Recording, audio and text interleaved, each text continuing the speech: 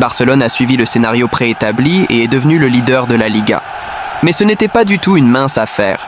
Le Rayo leur a tenu tête tout au long du match et il y a eu quelques décisions controversées de Melero Lopez qui ont permis aux Azulgrana de gagner lorsqu'il a sifflé un penalty douteux et a annulé un but du Rayo après une interprétation très personnelle. Mais le fait est que le but de Lewandowski sur penalty a donné les 3 points aux hommes de Flick. Le match a connu des phases très différentes. Les premières minutes ont été consacrées au test, avec 2 équipes qui pressent fort et ne laissent aucune chance à l'adversaire. Le Barça a tenté à plusieurs reprises de se servir de Lamine, mais Echeverría a su bien le contenir. Au fil des minutes, le Barça commençait à se sentir de mieux en mieux sur le terrain avec Pedri comme chef d'orchestre parfait. C'était les minutes de Rafinha.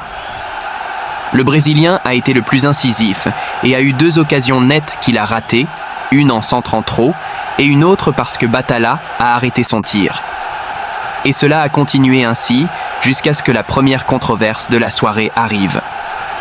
Sis a tenu Íñigo Martínez et Melero Lopez, après avoir consulté le VAR, a sifflé un penalty. Il y a eu des protestations du Rayo car même si la prise est évidente, le défenseur central du Barça était loin de l'action car Batalla a arrêté le corner bien avant.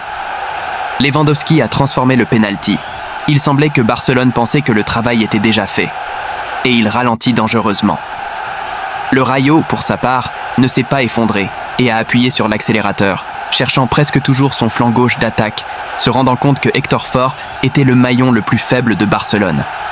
Szczęsny, d'accord avec Flick dans sa décision de lui donner une place de titulaire, a réalisé un excellent double arrêt face à NTK et Alvaro pour empêcher l'équipe madrilène d'égaliser. Peu de temps après, la deuxième controverse éclata. De Frutos a marqué en perçant la ligne défensive du Barça venant de l'arrière. L'attaquant du Rayo a quitté son poste légal. Cependant, l'arbitre a annulé le but après avoir considéré que NTK, qui était clairement hors jeu, était impliqué dans le jeu en bloquant Íñigo Martínez, alors qu'il tentait d'arrêter le tir de Frutos. C'était l'interprétation de Melero, qui fut évidemment contestée par les rayistes qui ne partageaient pas cette opinion.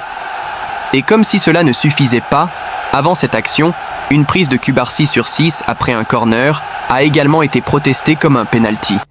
Le match ne se déroulait pas comme le Barça le souhaitait, mais la seconde mi-temps non plus. Le Rayo a continué à faire pression, alors que Barcelone n'a pas réussi à sceller le match avec un autre but.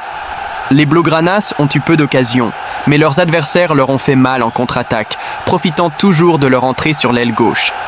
Flick a donné vie au banc. Le penalty de Koundé a pris fin alors qu'il remplaçait Fort, tandis que Dani Olmo remplaçait Gavi, qui est également parti avec un carton jaune. Les changements ont porté leurs fruits. Le Français a fermé la voie sur son aile et a donné le relais à Lamine en attaque. Olmo s'est créé quelques excellentes occasions, effrayant un adversaire qui ralentissait déjà son harcèlement envers Szczęsny. Mais le score n'a pas bougé. Le Barça mène, mais a souffert plus que prévu.